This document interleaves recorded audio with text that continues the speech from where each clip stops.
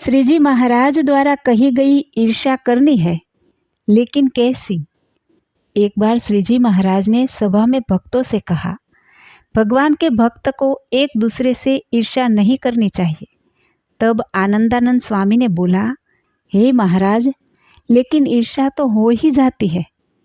इस पर श्री जी महाराज ने उत्तर दिया, ईर्ष्या करनी हो तो नारद जी जैसी करनी चाहिए। फिर महाराज ने एक प्रसंग सुनाया। एक बार नारद जी और तुमरू दोनों वैकुंठ में भगवान लक्ष्मी नारायण के दर्शन के लिए गए। वहाँ तुमरू ने भगवान के समक्ष मधुर गान किया।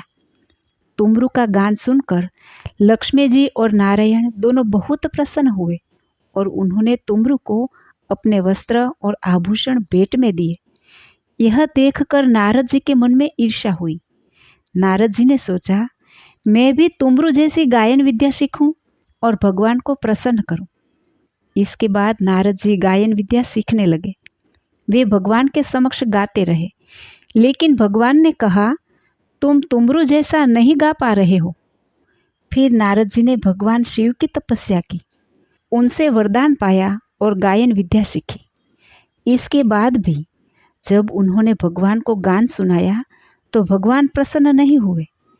इस तरह 7 मनवंतर तक नारद जी ने प्रयत्न किए, लेकिन भगवान प्रसन्न नहीं हुए।